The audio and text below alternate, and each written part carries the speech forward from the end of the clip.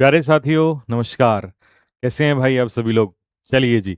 तो इंतजार था आपको मॉक टेस्ट 2 देने के बाद इसके कंप्लीट सॉल्यूशन का, क्योंकि जैसे ही मॉक टेस्ट 2 गया और कई सारे बच्चों ने देखे यार इतने बेहतरीन बेहतरीन क्वेश्चंस हैं और उन क्वेश्चन का सॉल्यूशन नहीं मिला, तब फिर उनको याद आया कि यार मॉक टेस्ट 2 का सॉल्यूशन कहाँ गया, जैसे मॉक टेस्ट 1 का मिला था।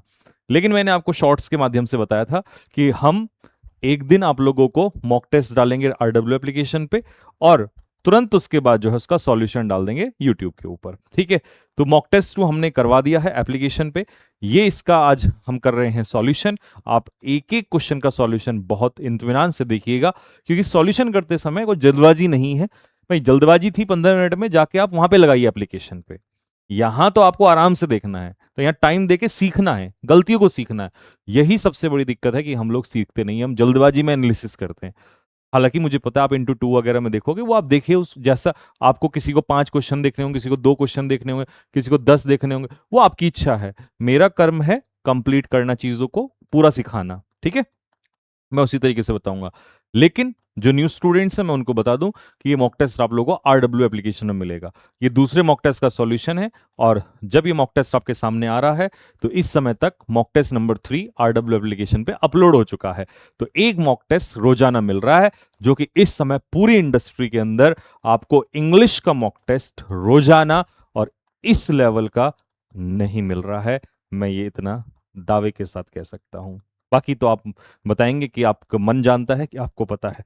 ठीक है, ये हार्डवर्क है जो सिर्फ और सिर्फ इसलिए किया जा रहा है क्योंकि मैं जानता हूं कि मेरे स्टूडेंट्स मुझसे बहुत प्यार करते हैं, और फिर जब वो करते हैं तो उनके लिए तो ये तो प्यार बहुत कम है। चाहे रात के 2:14 हो, ये फर्क नहीं पड़ता। इस समय क्या है, हम बहुत मेहनत करेंगे। और मैं आपसे वादा किया था ना कि 25 मॉक टेस्ट के बाद मैं पूछूंगा कि आप में कितना बदलाव आया। आपके चैलेंज है मेरा, आपका नजरिया बदल जाएगा इंग्लिश के मॉक टेस्ट करने का। पहला क्वेश्चन, इवेसिव का मतलब क्या है? सिनोनियम पूछा उसने। इवेसिव का मतलब होता, इवेड का मतलब होता है अवॉइड करना। इवेड का मतलब होता है किसी चीज को, अगर आपसे कोई पूछे तो इवेड क्या है, तो इवेड का मतलब होता है बचना किसी चीज से, यानी कि डॉज। अब इवेजिव क्या होता है? सीधा सीधा रिप्लाई तो होता नहीं है, तो फिर ये क्लियर तो हो नहीं सकता। इसका मतलब हो जाएगा नॉट क्लियर। और जब मैं नॉट क्लियर देखता हूं तो नॉट क्लियर का मेरा आंसर होता है प्रीवेरिकेटिंग। प्रीवेरिकेटिंग रिप्लाई कैसा होता है? बचने वाला जवाब, सीधा सीधा रिप्लाई ना देने वाला। इक्विवोकल होता है नॉट क्लियर, और अनइक्विवोकल हो जाएगा क्लियर। कई बच्चों ने यही आंसर लगाया होगा क्योंकि उनको इक्विवोकल पता था, बट अनइक्विवोकल होता है, यानी कि अनइक्विवोकल क्लियर होता है। और ये इसका आंसर होता अगर इक्विवोकल होता, क्योंकि इक्विवोकल का मतलब होता है नॉट क्लियर, और ये भी है नॉट क्लियर। ठीक है, अच्छा जी। लेकरडेसिकल अप्रोच कैसी होती है? केयरलेस अप्रोच होती है, लापरवाह वाली होती है। फॉरथराइट क्या होता है? स्पष्ट, सीधा सीधा जवाब दे देना। कैंडिड रिप्लाई भी हम इसको कह सकते हैं। ठीक है, बस समझ में आ गया। चलिए जी, एक एक एक्स्ट्रा वर्ड मैंने आप लोगों के लिए डाल दिए हैं, यहां से आप अपने नोट्स में वर्ड्स लिख लेंगे। प्रीवेरिकेटिंग का मतलब होता है एम्बिगस, नॉट क्लियर। इक्विवोकेटिंग, ये भी सेम ही है। इवेसिव का मतलब भी बचने वाला होता है। अनइक्विवोकल का मतलब क्या होता है? क्लियर, डेफिनेट या एक्सप्लिसिट। एक्सप्लिसिट का मतलब भी क्लियर ही होता है। ठीक है, प्रीवेरिकेट सेम वही चीज है। इवेसिव रिप्लाई, इक्विवोकेटिंग या मिसलीडिंग। लेकरडेसिकल अप्रोच कैसी होती है? लापरवाह, लेजी, इनडिफरेंट। अपैथी भी कह सकते हो, अपैथेटिक भी कह सकते हो। अपैथी का मतलब भी लैक ऑफ इंटरेस्ट ही होता है। ठीक है, फोर्थराइट रिप्लाई कैसा होता है? फ्रैंक, सीधा सीधा, डायरेक्ट रिप्लाई, या कैंडिड या आउटस्पोकन रिप्लाई। ठीक है, चलो जी, क्वेश्चन नंबर 2। अब मैं पॉज वगैरह तो क्या ही दूं, क्योंकि मैं तो सॉल्यूशन करना है ना। मॉक टेस्ट तो आप वहां से लगा लेंगे। अब आता है आपके सामने नेक्स्ट क्वेश्चन है कास्ट। अच्छा, मैं इसकी पीडीएफ जो है टेलीग्राम पे भी डलवाता हूँ, क्योंकि वहां से कुछ बच्चे वहां से नहीं लगाएंगे तो टेलीग्राम से लगा लेना। वैसे तो वहां से लगाना सही है। बाकी मैं टेलीग्राम पे भी इसकी पीडीएफ डलवा दूंगा मॉक टेस्ट की, सारे मॉक टेस्ट की। ठीक है, जैसे वहां अपलोड हुआ करेगा टेलीग्राम पे भी डलवा देंगे। अब देखो, ये एरर का क्वेश्चन है। कास्ट सब्जेक्ट हमारा क्या है? Plural. Have taken on political and social dimensions. जातियों ने ना किसको काबू में कर लिया है? सोशल और पॉलिटिकल डायमेंशन, चाहे वो सामाजिक हो और चाहे वो राजनीतिक हो। एंड कंसोलिडेटेड इट्स प्रेजेंस, और जातियों ने अपनी प्रेजेंस को और मजबूत कर दिया है। किसके रूप में? एज आइडेंटिटीज, आइडेंटिटीज के रूप में, वो आइडेंटिटीज जो डिफाइन करती हैं the present day political scenario of the country. मतलब पूरे कंट्री का पॉलिटिकल सिनेरियो कहां से डिफाइन होता है? जातियों से तो डिफाइन होता है। क्वेश्चन, यहां तक कोई दिक्कत नहीं है, हेल्पिंग वर्ब सही है, मेन वर्ब सही है, टेकन ऑन फ्रेजल वर्ब सही हुआ, इसके पीछे ऑब्जेक्ट भी सही हुआ। गलती कहां है मैं बताता हूं। कास्ट कैसा सब्जेक्ट है? प्लूरल है, वर्ब भी प्लूरल है। जब सब्जेक्ट प्लूरल वर्ब प्लूरल, तो जातियों ने अपना प्रभाव छोड़ा है और अपनी प्रेजेंस भी बढ़ा दी है। तो जातियां बहुत सारी हैं और प्रोनाउन बहुत सारी जातियों के लिए देयर आता है। देखिए सिंगुलर अगर एक जाति होती तो उसके लिए इट, इट का एडजेक्टिव क्या होता? इट्स। अगर बहुत सारी जातियां हैं तो दे, और इनका एडजेक्टिव क्या होगा? देयर। तो दे का प्लूरल देयर होता है। ठीक है, कई बच्चे सोचते हैं कि इट्स प्लूरल होता है, ये सिंगुलर के लिए आता है और ये आता है प्लूरल के लिए। तो क्वेश्चन तो इजी था, है ना। हमें लगता है कि मॉक टेस्ट बहुत टफ है, बट ऐसा नहीं है। करते समय जरूर लगता है कि वहां प्रेशर होता है कम टाइम का, बट इनकी आदत हो जाएगी आपको। ठीक है, नेक्स्ट, मिस स्पेल्ट वर्ड पूरा पढ़ेंगे, पढ़ने के बाद आप देखेंगे, इसको आपने दिया ही होगा। तो अब इसमें था क्या पूरे उसमें? इसमें जो स्पेलिंग गलत थी वो थी सॉवरेनिटी। सॉवरेनिटी की स्पेलिंग क्या होती है वो भी बताएंगे। सॉवरेनिटी का मतलब होता है सुप्रीम पावर, कंट्रोल, संप्रभुता जिसको आप कहते हैं। और इस टाइप का आपने देखा होगा, इस टाइप के भी स्पेलिंग एरर आते हैं ऑप्शंस में जब आपको सेंटेंस दिए गए होंगे। बाकी यहां पर सारी स्पेलिंग्स सही थी हर वर्ड की, पूरे सेंटेंसेस में। ठीक है, अब सोवरेनिटी की स्पेलिंग क्या होगी? SOVEREIGNTY,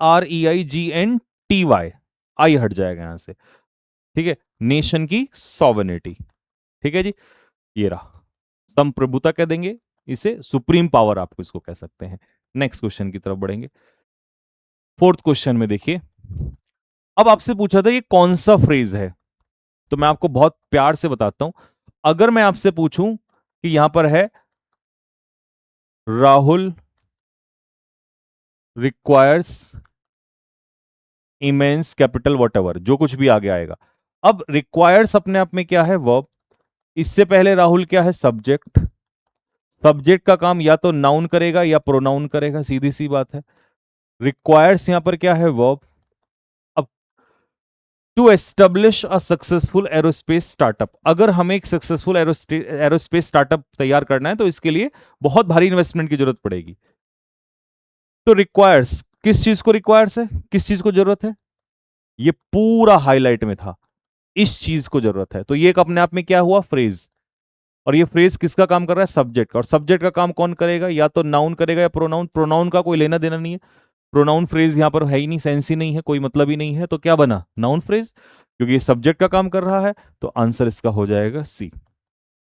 बहुत सिंपल, बस आपको नाउन एडजेक्टिव एडवर्ब ढूंढ लेना है और उसके रूप में ही जो फ्रेज काम कर रहा होगा वही फ्रेज बन जाएगा। सब्जेक्ट का काम कर रहा है नाउन फ्रेज, ऑब्जेक्ट का काम कर रहा है नाउन फ्रेज, नाउन की विशेषता बता रहा है एडजेक्टिव फ्रेज हो जाएगा। बस इस तरीके से निकलना है, बहुत सिंपल हो जाएगा, है ना। चलिए जी, ये है हमारा डायरेक्ट से इनडायरेक्ट बनाना था इस क्वेश्चन को। अब ये प्रीवियस ईयर का ही क्वेश्चन है, बट क्वेश्चन सेम नहीं है। इसमें मैंने आपको एक नया वो बना के दिया है क्वेश्चन, बट इसके ऊपर क्वेश्चन आ रखा है। जब भी सेंटेंस हमारा लेटेस्ट से स्टार्ट होता है तो हम इसे सजेस्टेड से बनाते हैं, ये बात तो आप सभी जानते हैं, क्योंकि अगर आप सीजीएल की तैयारी कर रहे हैं तो आप इतना तो बिल्कुल जानते होंगे। लेकिन आप इसके बाद अलावा ये भी जानना जरूरी है, और आप जानते भी होंगे कि अगर ऑब्जेक्ट दिया हो तो सजेस्ट के पीछे प्रपोजिशन आती है टू। सजेस्ट या प्रपोज के पीछे प्रपोजिशन आती है टू, जो कि यहां इस ऑप्शन में नहीं था। तो फिर कौन सा ऑप्शन सही है इसका? सी इसका करेक्ट आंसर होगा।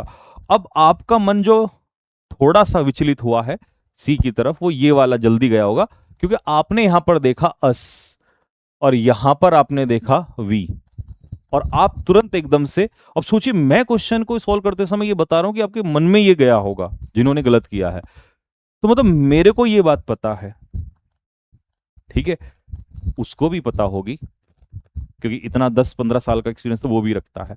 तो मतलब हम हुए या एग्जामिनर हुआ, हमें पता होता है कि गलतियां कहां करवानी है आपसे, और वहां तो प्रेशर होता है आपके पास। तो यही चीजें तो सीखनी है मॉक टेस्ट से हमें। नॉलेज तो आपको है। तो इसीलिए अगर मैं सही समझा हूं तो आप मुझे कमेंट बॉक्स में भर भर के बताइए, फिर मैं आपसे यही बातें करा करूंगा कि देखो आप ऐसे ही चलो, क्योंकि हमारा कन्वर्सेशन जो है वन वे है, टू वे करना अब हमें से। तो आप मुझे कमेंट बॉक्स में बताइए कि हाँ भैया एग्जैक्टली यही सोच रहे थे और हमने यही सोच के क्वेश्चन तो जल्दबाजी में गलत कर दिया। तो फिर मैं आपको हर क्वेश्चन में इस तरह की अप्रोच बताया करूंगा कि कैसे वहां गलतियां होती हैं। ठीक है, तो मुझे कमेंट बॉक्स में जरूर बताना।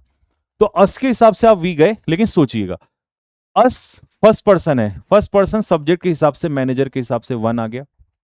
ठीक है, अब फर्स्ट पर्सन सब्जेक्ट के हिसाब से, मैनेजर के हिसाब से, मैनेजर कौन है? Third person. लेकिन अगर ये आई होता तो मैं मैनेजर के हिसाब से ही में कन्वर्ट कर देता, सिंगुलर। बट अस है तो इसका मतलब इसमें मैनेजर भी है और टीम भी है, दोनों शामिल हो गए।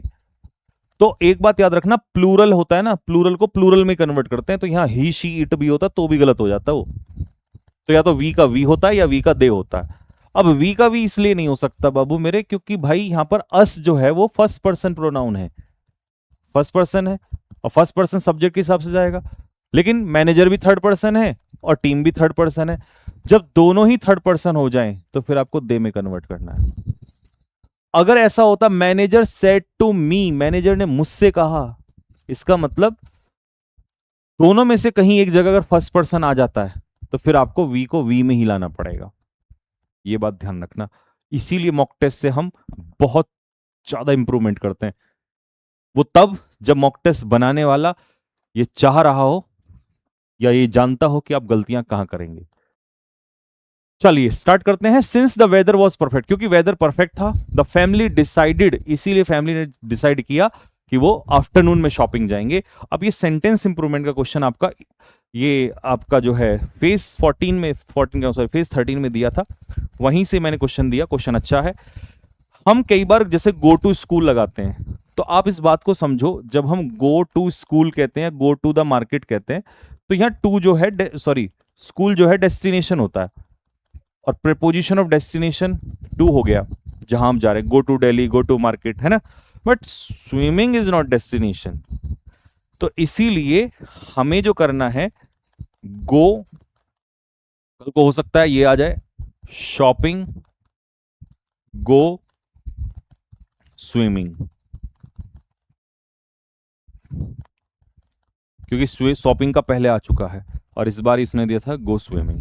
ठीक है, go for swimming, go to swimming ये नहीं होता, सीधा हो जाता है गो स्विमिंग। ठीक, चलिए इंटेलिजिबल। अब देखो कई बच्चों की गलती बताता हूं, उन्होंने क्या किया।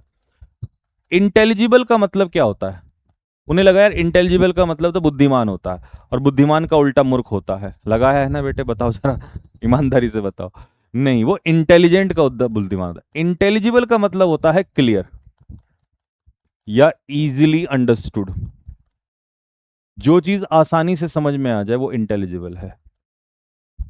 तो डिस्टिंक्ट भी तो क्लियर होता है, बट हमें उल्टा चाहिए था, तो ऑब्सक्योर होगा, नॉट क्लियर। और स्कॉलर होगा विद्वान, जिसको बहुत ज्यादा क्या होती है, नॉलेज। तो हमें एंटोनियम चाहिए था, तो इसका सी आंसर हो जाएगा। ठीक है, आ जाओ। इंटेलिजिबल का मतलब होता है अंडरस्टैंडेबल, जिसको समझ सके, कॉम्प्रिहेंसिबल या clear.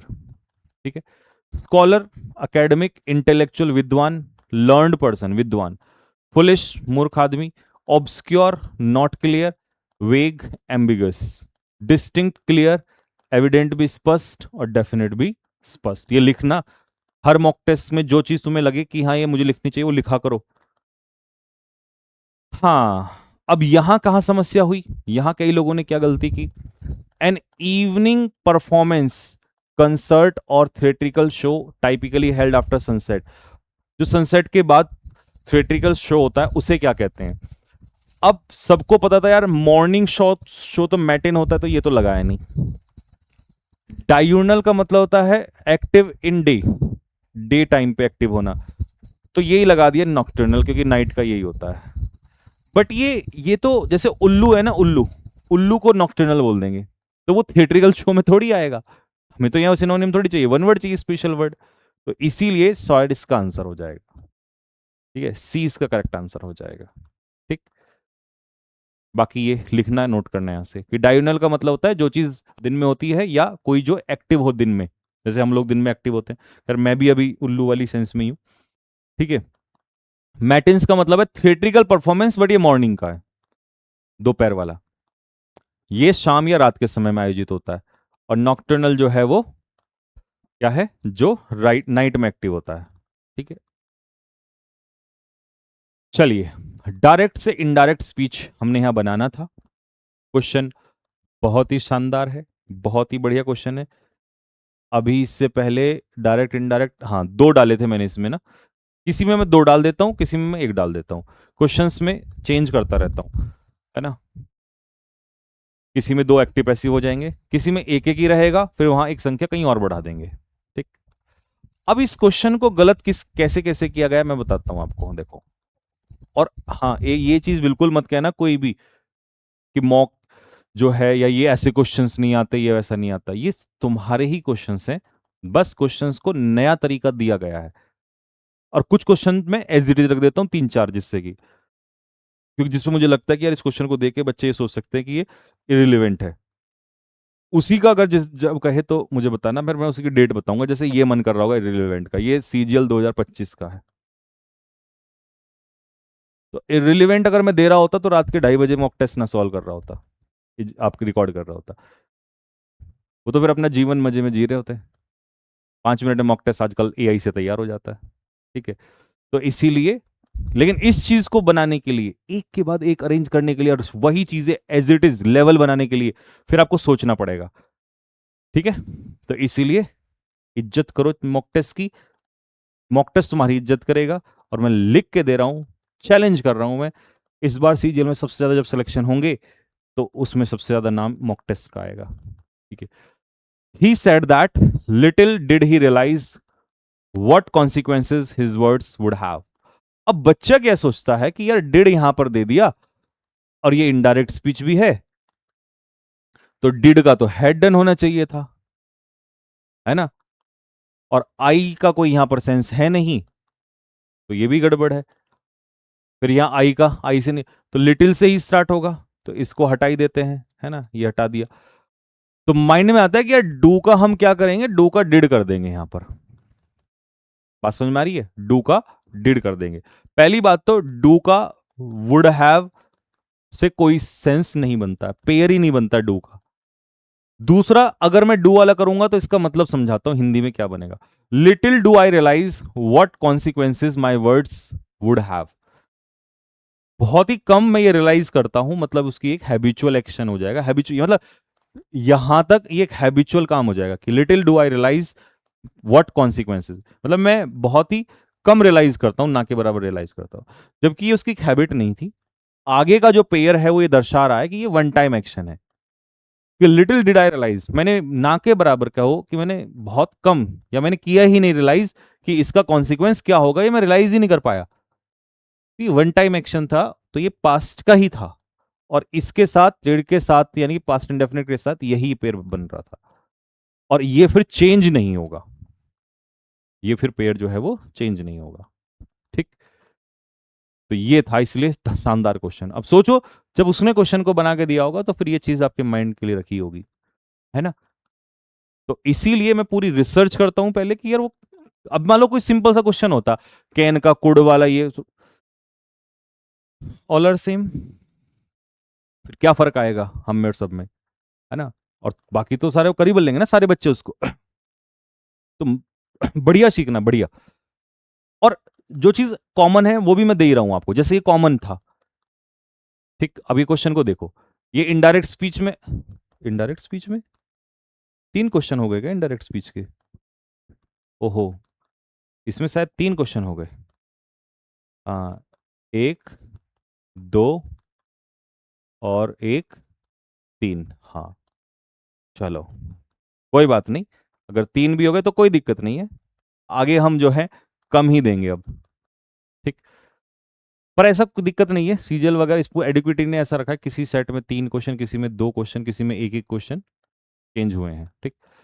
The pilot explain that, pilot ने एक्सप्लेन किया that had the weather conditions deteriorated any further, अगर और वेदर कंडीशन खराब होती तो they would have diverted the aircraft, ऐसा होता तो ऐसा हो गया होता, इसका मतलब इमेजिनरी एक्शन है, अब इमेजिनरी एक्शन डायरेक्ट में भी वही रहेगा क्योंकि इमेजिनरी एक्शन चेंज नहीं होता, तो इधर भी had plus we three, would have plus we three, क्योंकि ये चेंज नहीं होता। अब हैव का हैड मत कर देना वहां पर, ठीक है। आ जाओ जरा, तो सबसे पहले तो हैव का ये वाला है ना, नहीं होगा। अच्छा, क्योंकि यहां पर हेड से स्टार्ट कर रहा है तो मैं इफ वाला नहीं लूंगा, इफ वाला ऑप्शंस में हटा दूंगा, तो इसीलिए मेरा जो आंसर है वो क्या हो जाएगा, सीधा सीधा ये हो जाएगा। अब मैं ये हैव इमेजिनरी एक्शन है ही नहीं, ये इमेजिनरी एक्शन है ही नहीं, यानी कि थर्ड कंडीशनल, क्योंकि यहाँ थर्ड कंडीशनल है तो यहाँ भी थर्ड कंडीशनल ही चाहिए होगा। तो देखो, और ये सेम इस पैटर्न पे कम से कम 5-6 मीटिंग में क्वेश्चन था, है ना। चलिए, सेंटेंस इंप्रूवमेंट का एक और क्वेश्चन है, अब देखते हैं इसमें क्या बनना था। जब पैसेंजर्स ने ये पाया कि उनका फ्लाइट जो है कैंसिल हो गया है बिना नोटिस के, तो देवर बिसाइड्स, बिसाइड्स नहीं होता, पहले तो मैं आपको बता दूं कि एक फ्रेज होती है beside one self, beside one self, ठीक है। बिसाइड वन सेल्फ का मतलब होता है अपने कंट्रोल इमोशंस पे, है ना, कंट्रोल खो देना, चाहे वो गुस्से में हो चाहे वो प्यार में हो। तो यहां पर बिसाइड्स नहीं होगा, ये वाला ऑप्शन तो गलत हो गया, ठीक है। और दे के लिए, भाई दे है ना यहां पर, तो दे का रिफ्लेक्सिव प्रोनाउन हिमसेल्फ भी नहीं होगा, ठीक। अच्छा, दे गो, गो बिसाइड नहीं होता, यहां पर बी की फॉर्म आती है, बी प्लस, ठीक है। I was beside my self, जैसी मैंने उसको देखा ना, I was beside my self, he is beside himself, तो बी फॉर्म के साथ ही आता है, ठीक है।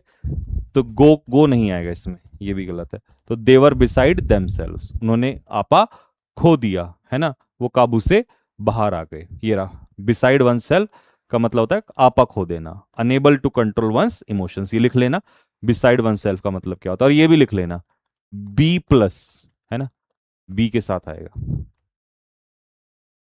लो, 2025 सीपीओ में पूछा, अब ये मैंने इसलिए लिखा है यहाँ पे ताकि ये ना हो कि फ्रेजल वर्ब्स नहीं आई थी, बहुत कुछ सब कुछ आया है ना।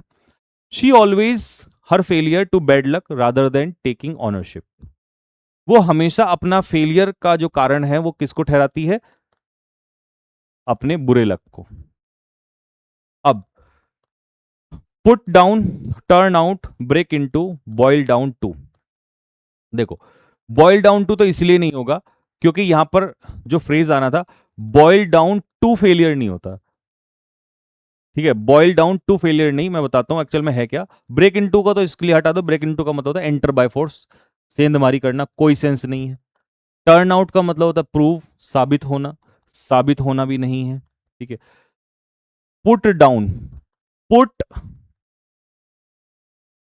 Down something, put down something to, किसी चीज को पुट डाउन करना दूसरी चीज पर, मतलब जब आप एक चीज को दूसरी चीज पर थोपते हैं तो इसका मतलब है आप उस चीज का कारण किसी चीज को बनाते हैं। तो यहां पर टू यहां लगना था जो लगा हुआ है, इसने बॉयल डाउन टू यहीं दे दिया, ये वैसे भी नहीं आना था, कॉन्टेक्स्ट भी नहीं है इसमें। तो अब चारों फ्रेजल वर्ब के मीनिंग मैंने बता दिए हैं, एक बार फिर से देख लो। टर्न आउट का मतलब होता है प्रूव्ड, साबित होना, है ना, जैसे ही turned out to be a rock, वो ढोंगी साबित हुआ, पाखंडी निकला वो बाद में। ब्रेक इनटू का मतलब होता है जबरदस्ती सेंधमारी करना, किसी के घर में घुस जाना।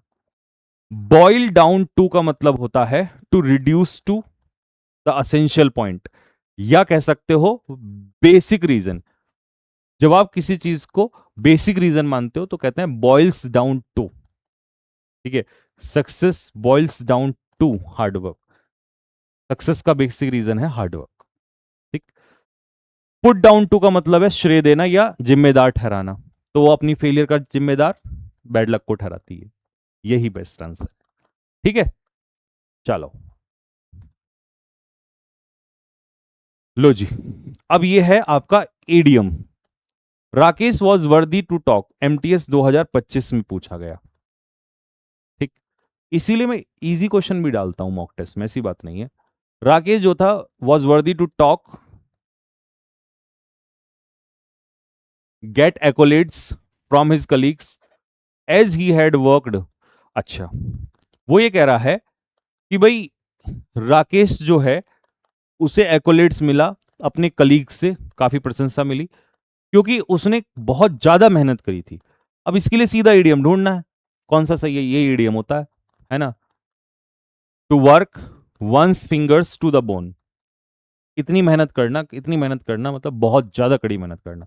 To work one's fingers to the bone, तो इसका मतलब होता है कड़ी मेहनत करना। इस ईडीएम को लिख लेना, क्योंकि मुझे पता है कई बच्चों को इसमें नहीं पता होगा। Work one's fingers to the bone का मतलब होता है वर्क एक्सट्रीमली हार्ड। चलिए, ये क्वेश्चन अगर आपने गलत किया है तो इसका मतलब आपने पिछले साल का पैटर्न को नहीं समझा। क्यों? क्योंकि ये तो मैंने आपकी कॉन्सेप्ट बुक में भी, और जो अभी द कॉन्सेप्ट शो चल रहा है उसको भी देख लेना, मैंने वहां बताया था कि कुछ एडजेक्टिव, कुछ वर्ब ऐसी होती हैं जिनसे पता चलता है कि प्रेजेंट सब्जेक्टिव मूड बनेगा आगे। ये आवश्यक है, ये आवश्यक है कि हर एप्लीकेंट, हर एप्लीकेंट क्या करे, अपने साथ में एक वैलिड आइडेंटिटी कार्ड जो है वो लेकर चले। चलता है नहीं या चल रहा है नहीं है, हर कैंडिडेट जब पेपर देने आए तो ऐसा करे, ठीक है? हर एप्लीकेंट, ये हो गया हमारा सब्जेक्ट, इसके बाद ये हो गई हमारी वर्ब। अब आपको पता है प्रेजेंट सब्जेक्टिव मूड में सब्जेक्ट कुछ भी हो आपका बेस फॉर्म ही आता है, तो यहां पर आएगा कैरी। लेकिन कुछ बालक हमारे क्यों फंसे, कोई बता देना आज जो मैं बोल रहा हूं। देखो वो कैसे फंसे, उन्होंने पता है क्या करा, उन्होंने विशेष में से हटाया, बोला सर ये सब, ये तो सीखा है कि प्रेजेंट सब्जेक्टिव मूड में सब्जेक्ट कुछ भी हो एस नहीं लगेगा, तो यहां से हटा दिया। अरे भैया सुनिए, पहले जो प्रेजेंट सब्जेक्टिव मूड कैरी हो रहा है वो यहां से कैरी हो रहा है, ये सब्जेक्ट है और ये उसका एक्शन है कि भाई ये आवश्यक है कि हर आदमी ये करे, ठीक है? ये तो आपको जो दिया गया है, ये दिया गया है एडजेक्टिव क्लॉज, हर एप्लीकेंट। कौन सा एप्लीकेंट? तो यह तो एप्लीकेंट की इंफॉर्मेशन दी गई है, तो इंफॉर्मेशन में नहीं चेंज करना है, एडजेक्टिव क्लॉज में नहीं चेंज करना है। हर एप्लीकेंट जिसकी इच्छा ये होती है वो ऐसा करे, तो यहां पर उसको करवाया नहीं जा रहा है, यहां पर तो उसका बताया जा रहा है कि भाई उसकी विशेष क्या है या वो कैसा है। तो कोई काम जब कराना होता है तो इंपैरेटिव तो वहीं बनेगा, वहीं पर प्रेजेंट सब्जेक्टिव मूड क्रिएट होगा। तो ये क्वेश्चन बहुत, मतलब जनरली हमने क्या रटा हुआ है, present subjective mood, subject, base form, लेकिन हम जल्दी से यहीं फंस गए इसमें, ठीक है? तो ये वाला सही था, तो आंसर इसका क्या होगा? इसीलिए ए ना होके ए लगा दिया होगा कई लोगों ने, बी आंसर होगा। अब बी, बी किस में था? तीसरे वाले में, यहां भी गड़बड़ मारी होगी, है ना? चलो भाई, दिल खोल के कमेंट बॉक्स में कमेंट कर दो, जहां जहां भी आपको लगे कि यार हाँ यहां आपने मेरी बात पकड़ी है और इसको पढ़ के मजा आया है या कुछ भी। जब आप कमेंट करोगे तभी तो मुझे, मेरे अंदर मोटिवेशन रहेगा, नहीं तो मैं इतनी रात को क्या करूंगा, और फिर मैं भी नॉर्मल मॉक टेस्ट पकड़ा दूंगा आपको। अब जैसे ये है, तो जनरली सबको यही समझ में आया होगा इस क्वेश्चन को देख के कि भाई ये क्लॉज चल रहा है ना? और जब क्लॉज चल रहे हैं, दो क्लॉज चल रहे हैं, तो फिर अनलेस आ जाएगा कंजक्शन। लेकिन एक बात तो सुनो ध्यान से, वो तो ठीक है, अनलेस अगर आपने लगा दिया, अनलेस देयर, देयर के बाद बी थोड़ी लगाओगे, है ना? Is am are was were base form लगनी चाहिए कुछ ना कुछ, is am are was, unless there is any deviation from the press, ऐसा कुछ होना चाहिए था, लेकिन बी दिया उसने। तो अब बी लगने का क्या मतलब है, हमें एक ऐसा वर्ड चाहिए जिसके पीछे बी आता हो, ना तो हेड के पीछे बी आता, ना हैज के पीछे बी आता।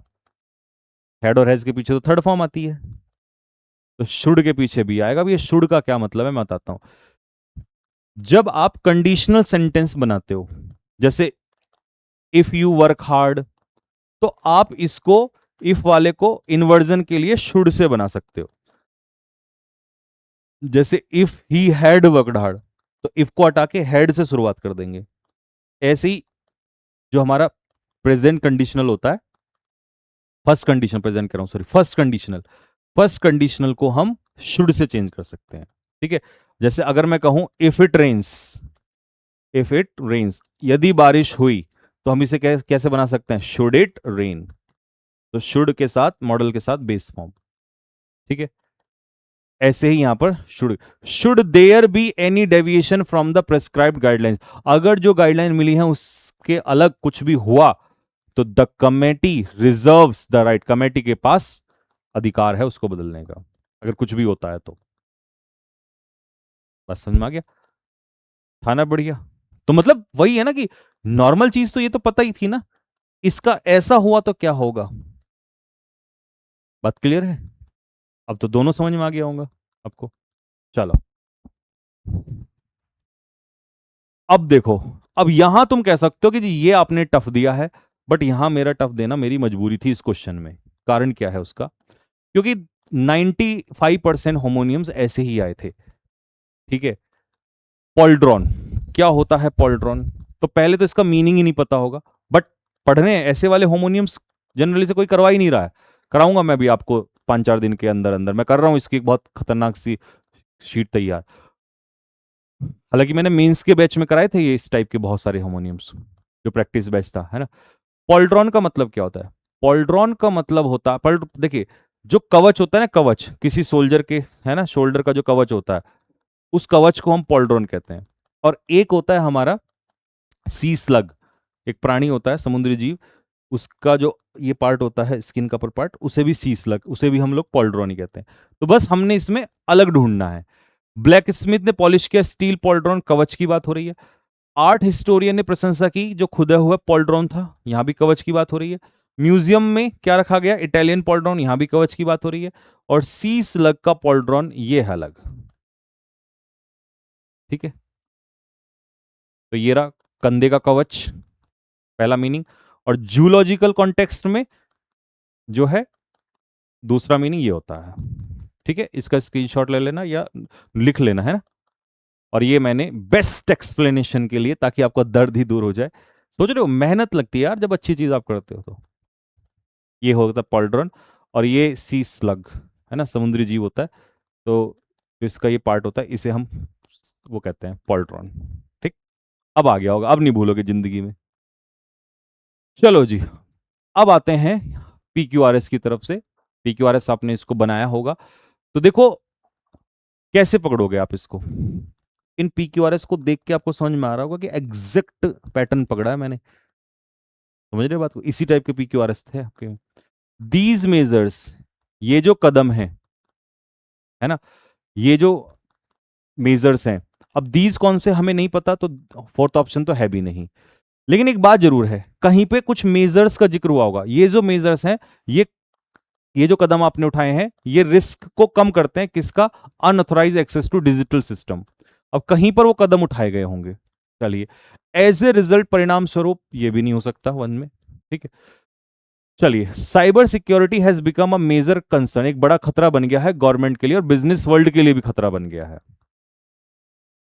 तो शुरुआत तो दो से ही होगी, क्योंकि टॉपिक यही है कि भैया साइबर सिक्योरिटी के बारे में ही है कि क्या समस्या आने लगी है। साइबर सिक्योरिटी जो है वो एक खतरा बन चुका है, एक बड़ा चिंता का समय, खतरा कह रहा हूं, चिंता का विषय बन चुका है। कहां बन चुका है, सरकारों के लिए भी और बिजनेस वर्ल्ड, बिजनेस के लिए भी, है ना, पूरी दुनिया में। तो दो से शुरुआत होगी, तीन को तो अभी हटा दो, अब आ जाओ दो के बाद। फिर इसमें लिखा है, क्या लिखा है, the growing number of cyber attacks, क्योंकि साइबर सिक्योरिटी की बात हो रही है, तो बढ़ते हुए साइबर अटैक्स ने एक्सपोज कर दिया है जो पर्सनल और फाइनेंशियल इंफॉर्मेशन है उसको। क्योंकि साइबर अटैक होते हैं तो इंफॉर्मेशन, जो फाइनेंशियल इंफॉर्मेशन जो है, पर्सनल इंफॉर्मेशन जो है, और खासकर सेंसिटिव इंफॉर्मेशन होती है, वो एक्सपोज होने लगी है, रिवील होने लगी है। तो इसका मतलब हम टू के बाद उठाते हैं थ्री। ठीक है, टू के बाद थ्री, टू के बाद थ्री, आगे बढ़ते हैं।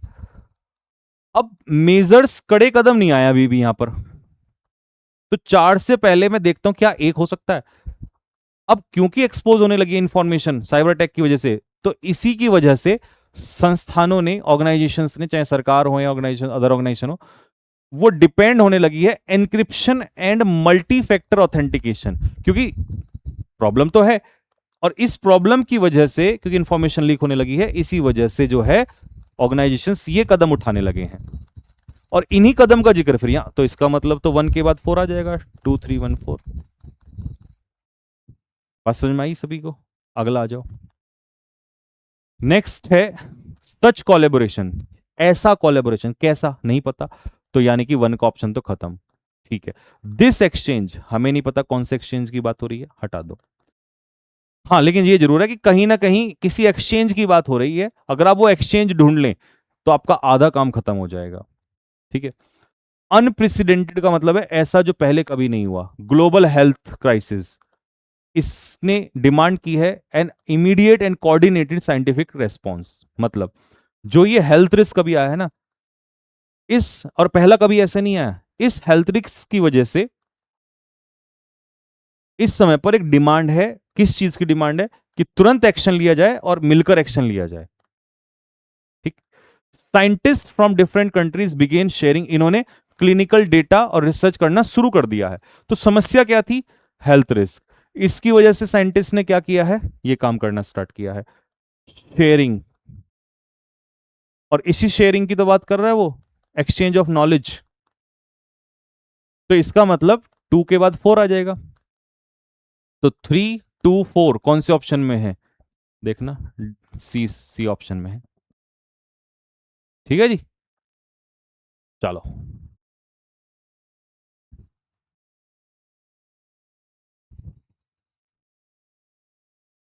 आओ जी। अब यहां देखो,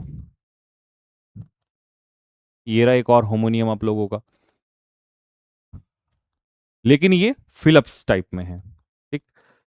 एज द लोनली, अब कौन सा इसमें आएगा वर्ड वो देखना पड़ेगा। Welled over the lake, the pale rose slowly, casting silver ripples on the water. अब इसमें जो है, एक लून का मतलब तो होता है, एक ल्यून का मतलब होता है रिलेटेड टू सन, सॉरी सन कह रहा हूं, रिलेटेड टू मून, चंद्रमा से संबंधित। ठीक है। अब वो कह रहा है कि जैसे ही lonely loon wailed over the lake, the pale gap rose slowly casting silver ripples on the water, पानी पे जो है सिल्वर। तो इसका मतलब है यहां पर जो आएगा वो आएगा, यहां पर जो आएगा, यहां आएगा चंद्रमा वाला। ठीक है। और चंद्रमा वाला कौन सा होगा? LUNE। और यहां पर क्या हो जाएगा? LOONE। तो LOONE कौन सा होगा? ये बैठेगा, डी आंसर हो जाएगा इसका। ठीक है जी। तो ये देखो, LOONE और LUNE। ठीक। LUNE क्या होता है? Moon, related to moon, crescent shaped moon like figure. ठीक है। द पेल ल्यून यानी कि पीला चांद, तो यहां चांद की बात हो रही है, ल्यून रिलेटेड टू मून, बात वही है। और यहां पर क्या है? ल्यून जो है ये एक प्रकार का पक्षी है। ठीक है। तो as the lonely loon welled over, जैसे ही, लोनली लून का मतलब है अकेला, है ना, एक अकेला पक्षी है ये। वेल ओवर द लेक, अब वेल ओवर का मतलब चहचहाना, एक तरीके से आवाज करना। ठीक है। द पेल लून, पेल लून का मतलब है, मतलब पीला चांद एक तरीके से। रोज स्लोली निकला, ऊपर धीरे से ऊपर को निकला, casting silver ripples on the water. और सिल्वर रिपल समझते हो, है ना, पानी के ऊपर धीरे धीरे जो है सिल्वर यानी कि चांदी की परत बनने लगी। जैसे चांद निकला तो उसकी रोशनी पड़ी होगी, तो पानी की सिल्वर की परत बनने लगी पानी के ऊपर। ठीक है। तो ये था लून और ल्यून। चलो, the government recognize the need to strengthen cyber security. सरकार ने पाया कि यार हमें आवश्यकता है किस चीज की? साइबर सिक्योरिटी को मजबूत करने की, साइबर सिक्योरिटी मेजर्स को और मजबूत करने की। In the wake of, in the wake of का मतलब है ध्यान में रखते हुए, increasing digital threats, digital threats बढ़ रहे हैं, इसको मद्देनजर रखते हुए हमें साइबर सिक्योरिटी कदम और मजबूत करने पड़ेंगे। और इसके लिए नीड है, कैसी नीड है? अब देखो, फरविड होता है पैशनेट, पैशनेट नीड नहीं होगी, पैशनेट व्यक्ति होगा किसी काम को करने के लिए। इंप्रेशनेबल माइंड होता है जिसको आसानी से प्रभावित किया जा सके, ये किसी बच्चे के लिए, किसी व्यक्ति के लिए यूज होता है। ऐसा दिमाग या ऐसा बच्चा, ऐसा व्यक्ति जिसको आसानी से प्रभावित किया जा सकता है। डेफिनेटिव होता है निर्णायक। और प्रेसिंग, प्रेसिंग का मतलब होता है इंपॉर्टेंट, इंपॉर्टेंट मतलब बहुत ज्यादा, बल्कि इंपॉर्टेंट भी गलत कह रहा हूं, extremely important, pressing, pressing issue, बहुत ज्यादा इंपॉर्टेंट मुद्दा है। ठीक है, तो ये आंसर होगा इसका, प्रेसिंग, अर्जेंट, जिसको तुरंत एक्शन की जरूरत हो, बहुत इंपॉर्टेंट है ना। जैसे अभी प्रेसिंग इश्यू क्या है, क्या है प्रेसिंग इश्यू? वाटर क्राइसिस, यही तो प्रेसिंग इश्यू है, और ग्लोबल वार्मिंग, ये प्रेसिंग इश्यूज है ना। इंप्रेशनेबल, जिसको दूसरों के द्वारा आसानी से प्रभावित किया जा सके। फॉरबिड होता है पैशनेट, बहुत ज्यादा जोशीला व्यक्ति, और डेफिनेटिव होता है फाइनल या कंक्लूसिव, है ना। ओके, तो ये हो गया हमारा खत्म यहां पर। अब यहां से पैसेज, पैसेज आप लोगों ने कर ही लिया होगा, ठीक है। एक बार इसको फटाफट जो है एक बार पढ़ लो, और फिर उसके बाद जो है मैं इसके आपको क्वेश्चंस बता देता हूं, ठीक है। एक बार इसको जो है तेजी से फटाफट पढ़ लो। मैं इसको पॉज तो खैर क्या करना, पॉज तो आप लोग कर लेना, ठीक है। मैं आपके सामने इसको ले आता हूं, हालांकि इसके आगे के लिए मैंने मीनिंग भी दिए हुए हैं, ठीक है। बट आप मीनिंग तो अभी क्या ही देखोगे, पहले आप फटाफट पॉज करके पढ़ो, ये भी पढ़ो, पॉज कर लेना, इसको भी पढ़ो,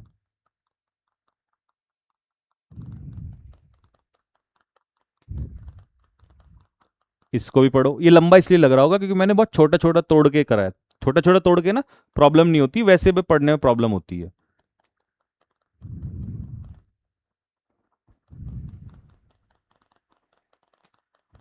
चलो, अब तो ये आई गया।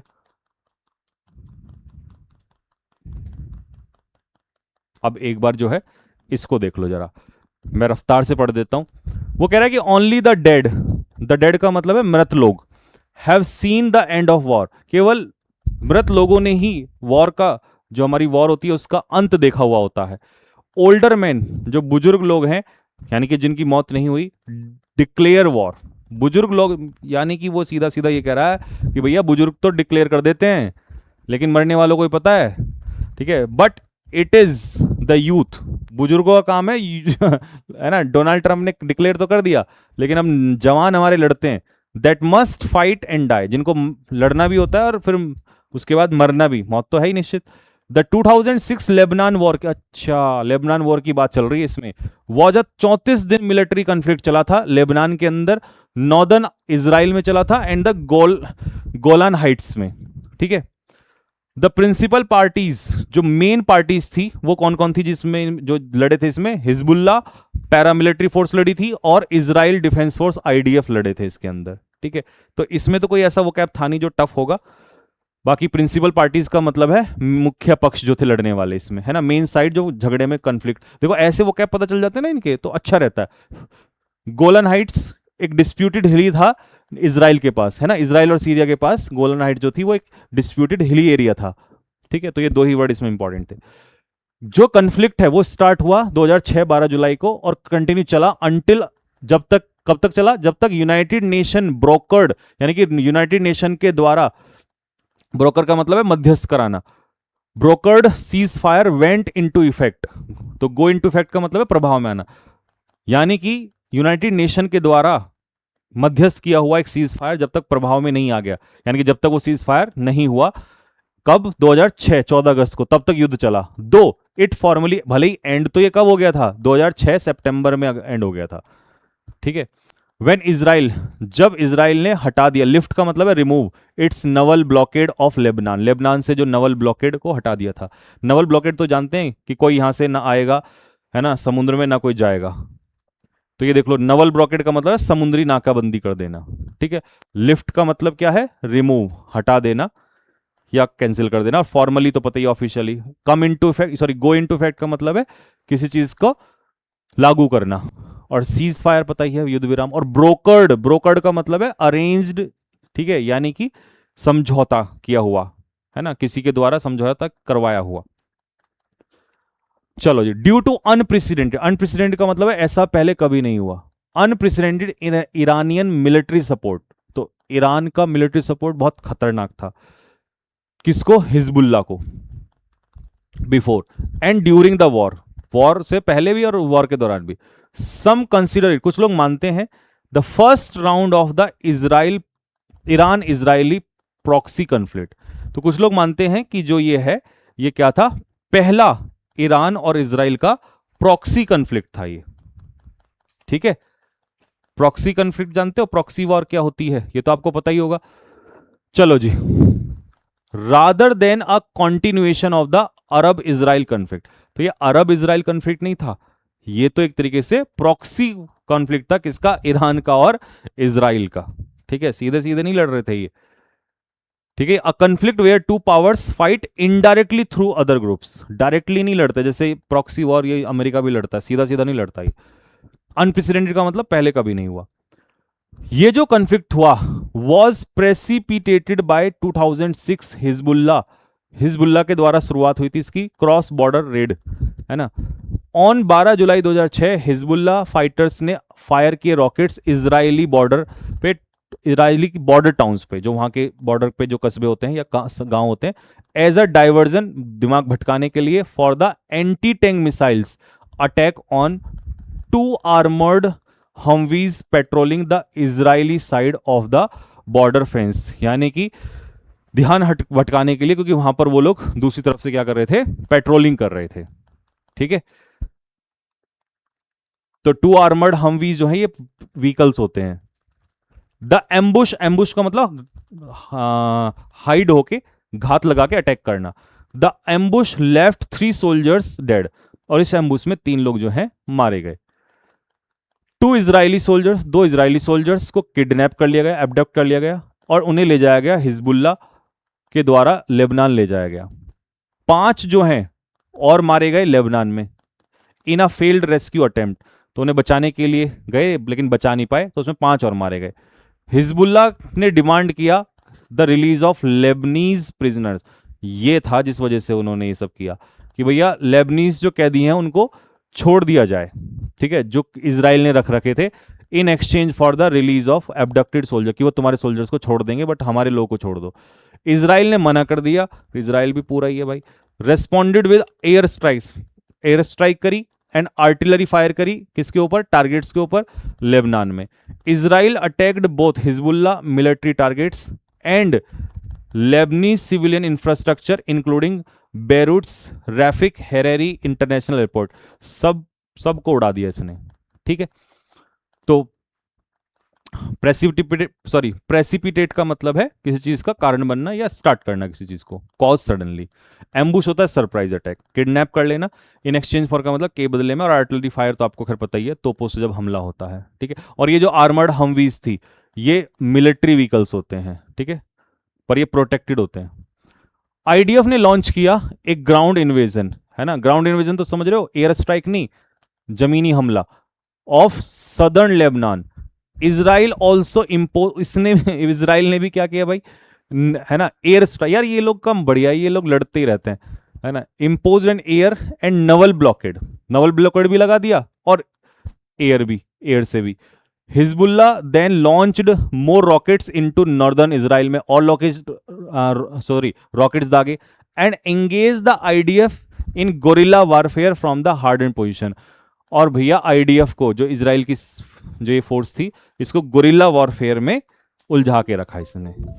ठीक है, अरे ये क्या हो गया, चलिए next. The conflict is believed to have killed, इस कन्फ्लिक्ट में ऐसा माना जाता है कि लगभग 1191 एंड 1300 लेबनीज पीपल जो है मारे गए और 165 इजरायली मारे गए। It severely damage Lebanese civil infrastructure, इसने जो लेबनान के जो इंफ्रास्ट्रक्चर था उसको काफी ज्यादा डिस्ट्रॉय कर दिया, डैमेज कर दिया, नुकसान पहुंचाया। डिस्प्लेस्ड अप्रोक्सीमेटली 1 मिलियन लेबनीज, और 1 मिलियन लेबनीज जो है वहां से छोड़ के लगभग निकल गए। एंड ये कितना है, 30,000 से 50,000 इजरायली जो है। 11 अगस्त 2006 में United nation security council unanimously approve किया, उसने क्या अप्रूव किया, United nation security council resolution, एक रिजोल्यूशन जो है उसने किया कि भैया एक समझौता कर लेते हैं। किस वजह से करते हैं, कि जिससे कि ये जो झगड़ा है आपस में कम हो जाए, है ना, खत्म हो जाए। Resolution was approved by the both Lebanese and Israeli government, दोनों का अप्रूव का हो गया, दोनों के द्वारा। यूनाइटेड नेशन की जो इंटरिम फोर्स है, लेबनान में, उसे एन एक्सपेंडेड मैंडेट दे दिया गया। क्या दिया गया? Including the ability to use force, वो फोर्स यूज कर सकती है, ये सुनिश्चित करने के लिए कि उनका जो एरिया है ऑपरेशन का वो यूज नहीं किया जाएगा फॉर हॉस्टाइल एक्टिविटीज के लिए, है ना। And to resist attempts by force to prevent them from discharging their duties, और कोई भी अगर उन्हें अपने कर्तव्य, अपनी ड्यूटीज करने से रोकेगा तो फिर वो वहां पर एक्शन ले लेंगे, है ना। Lebanese army began deploying in southern Lebanon on 17 अगस्त 2006। 17 अगस्त 2006 में लेबनीज आर्मी जो है वो डिप्लॉय होना स्टार्ट हो गई। The blockade was lift, blockade हटा लिया गया सितंबर 2006 में। अच्छा जी, चलिए, तो ये था आपका पैसेज। ये कह सकते हो कि पैसेज बहुत टफ नहीं था, है ना, बस थोड़ा सा लेंदी था जब आप इसको कर रहे होंगे उस समय पर। अब इसमें क्या है क्वेश्चन, चलो जी अब क्वेश्चन देख लेते हैं भाई अब, है ना। Okay, how did the Lebanon conflict formally come to end, तो ये कैसे झगड़ा जो है ये खत्म कैसे हुआ? यूएस अटैक की वजह से गोलन? नहीं नहीं। American fighter plane start getting deployed Lebanon, या when Israeli lifted its naval blockade, जब इजराइल ने इसका जो नवल ब्लॉकेड है उसको हटा लिया तब। हाँ, यही तो था, जब इजराइल ने अपना नवल ब्लॉकेड हटाया तब जाके जो है ये जो आपका लेबनान कन्फ्लिक्ट है वो खत्म हुआ वहां से। ठीक, हिजबुल्ला ने क्या मांग की थी, क्या कहा था उसने? हिजबुल्ला ने मांग की थी कि यूएस सोल्जर को सरेंडर, नहीं यूएस सोल्जर का तो कोई सेंस ही नहीं। हिजबुल्ला ने डिमांड की थी कि एक एग्रीमेंट हो जिससे कि खत्म किया जाए, नहीं ये भी नहीं किया था। हिजबुल्ला ने तो इजरायली फोर्स से कहा था कि नवल ब्लॉकेड को हटा दे, नहीं ये भी नहीं कहा था उसने। अपने जो, हाँ ये कहा था उसने कि भैया रिलीज कर दो, है ना, किसको? लेबनीज प्रिजनर्स को छोड़ दो जो इजराइल ने पकड़ रखे हैं। पैसिस में एक रिजोल्यूशन की बात हुई है, और वो रिजोल्यूशन का उद्देश्य क्या था? रिजोल्यूशन का उद्देश्य क्या था? रिजोल्यूशन का उद्देश्य था, the resolution was approved in an effort to end all, यही उद्देश्य था कि आपस के सारे झगड़े खत्म कर दो भैया। Which of the following statement is not correct according to the passage, कौन सा स्टेटमेंट सही नहीं है? अब चारों ही पढ़ने पड़ेंगे, कौन सा सही नहीं है। यूनाइटेड नेशन की इंटरिम फोर्स ने को एक्सपेंडेड मैंडेट दिया गया, सही है। हिजबुल्ला ने लॉन्च किया more rocket into northern Israel and engage the IDF in guerrilla warfare from harden position से, ये भी सही है। Israel attack only on Hezbollah military targets in the war, गलत, यही गलत है। केवल मिलिट्री टारगेट पे थोड़ी उसने हमला किया था, उसने तो सबको मारा था। After the reading the passage we can say that the tone of the passage, ये जो टोन का क्वेश्चन है ना, इससे डरना नहीं है, इसका खामखा की भूत बना रखा है। एक बार एक चीज को पढ़ लो आपको समझ में आ जाएगा। देखो, परसुएसिव टोन का मतलब होता है कन्विंसिंग, जब किसी पैसेज में हम किसी को कन्विंस कर रहे होंगे तब परसुएसिव टोन आती है। रिफ्लेक्टिव का मतलब है जब हम सोच विचार कर रहे होते हैं, जैसे मान लो मैं बचपन का कोई उठा लूं पॉइंट कि भाई मैं जब जब पैसेज में दिखाया गया होगा कुछ किसी बात पे सोच विचार चल रहा होगा कि ऑथर ऐसा हुआ करता था, है ना, मैं बचपन में ऐसा होता था, तब हम रिफ्लेक्टिव होंगे। सैटिरी का व्यंग, जैसे सरकारों पे, है ना, व्यंग कसते हैं, नेताओं पे व्यंग कसते हैं। और जो डेटा के ऊपर, अब यहाँ डेटा ही तो चल रहा है, इस पूरे पैसेज में डेटा ही तो था, फैक्ट्स ही तो थे, प्रैक्टिकली तो बातें हो रही हैं ना, किसी पे कोई व्यंग कसा गया है इसमें ना कुछ कन्विंस करवा रहा है, ना कुछ पुरानी बातें सोची जा रही हैं, तो ये फैक्ट्स के ऊपर आधारित है। ठीक है, तो आज के बाद अगर ये चार टोन आएंगी तो लिख लेना, चारों टोन जिंदगी में गलत नहीं होनी चाहिए। ऐसे ही एक एक टोन बीच में दे दूंगा, खत्म हो जाएगा तुम्हारा किस्सा, जिंदगी में गलत नहीं करोगे। इतने आसान तरीके से समझाता हूं, देखो। परसुएसिव का मतलब है इंटेंडिंग टू कन्विंस और influence the reader to accept an idea, जब पैसेज में ऑथर ये काम करता है कि पढ़ने वाले को, रीडर को किसी बात पे, किसी आइडिया को कन्विंस करवाना चाहता है कि भाई ऐसा करो, ऐसा मानो, तब तो परसुएसिव हो जाएगा टोन। रिफ्लेक्टिव का मतलब है एक्सप्रेसिंग डीप थॉट्स, मेमोरीज और एक्सपीरियंसेस, आप अपनी पुरानी बातें से शेयर कर रहे हो, बचपन की बातें साझा कर रहे हो, कोई आपने कुछ काम किया था जवानी में तो उसकी बातें साझा कर रहे हो। सेटेरिल का मतलब है यूजिंग ह्यूमर, आयरनी और सरकाज्म, है ना, टू क्रिटिसाइज, जब आप लोगों को क्रिटिसाइज करते हो, समाज को क्रिटिसाइज करते हो, या इंस्टीट्यूशंस को, पार्टी वगैरह को, सरकारों को क्रिटिसाइज करना, संस्थानों को क्रिटिसाइज करना, है ना। फैक्चुअल होता है बेस्ड ऑन डाटा, फैक्ट्स या information, not impractical, practical data पे आधारित होना चाहिए। अब ये आज का आपका होमवर्क है। ये मैंने 4 सेंटेंस लिखे हैं। इनमें से मुझे ये बता दो, इनमें से आपको मुझे ये बताना है कि कौन सा कहां पर आएगा। ठीक है, कौन सा कहां पर आएगा, यानी कि 4 टोन दी हैं। पर्सुएसिव कौन से सेंटेंस में आएगी, रिफ्लेक्टिव कौन से में आएगी, सेटेरिकल कौन से में आएगी, फैक्चुअल कौन से में आएगी। ये 4 आपके सेंटेंस दिए हैं, चारों सेंटेंस को पढ़ लेना। जैसे looking back on my childhood, जब मैं अपने बचपन की तरफ देखता हूं तो I realise how important my parents guidance was. मेरे पेरेंट्स की गाइडेंस क्या थी। कई बार तो पहले दूसरे सेंटेंस में पहले पैराग्राफ पढ़ते ही पूरा पैराग्राफ पढ़ने की जरूरत ही नहीं है टोन के लिए। ठीक है, तो इसीलिए मैंने एक एक सेंटेंस दिया है, एक एक सेंटेंस से बताना कौन सी टोन है।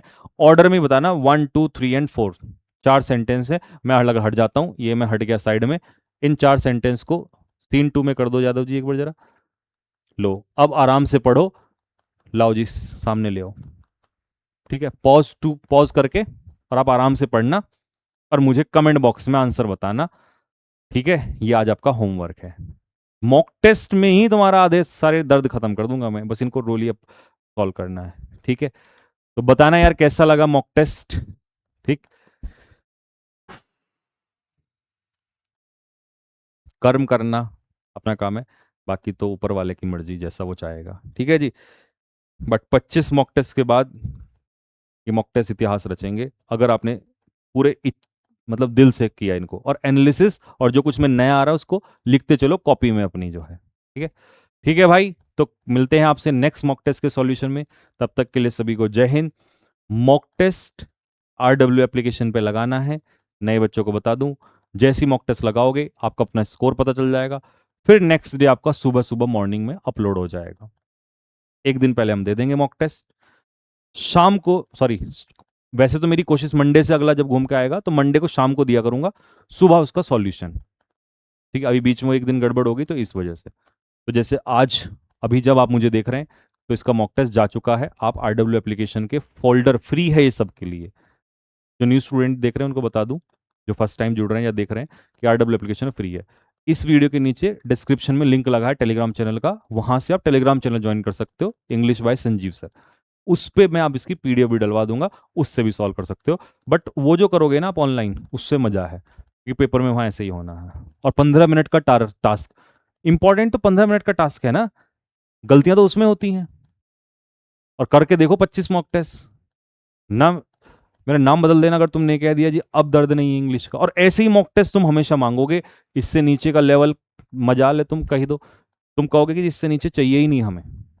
मार्क्स कमाने से कोई इंपॉर्ट, मार्क्स कमाना ये कोई बड़ी बात नहीं है। मार्क्स ज्यादा लाने के लिए तो मैं खुश कर सकता हूं। अच्छे मॉक टेस्ट में कम मार्क्स आते हैं तो सुकून होता है, इजी मॉक टेस्ट में मार्क्स ज्यादा आते हैं तो लगता है यार कहीं वहां गड़बड़ ना हो जाए। यहां कुछ नहीं कोई तुम्हें देख रहा, वहां वहां का एक दिन इंपॉर्टेंट है। ठीक है, ठीक है भाई, तो कमेंट बॉक्स में कमेंट जरूर करना सभी लोग, है ना, अपनी तरफ से एक कमेंट। ठीक है, जय हिंद सभी को, नमस्ते।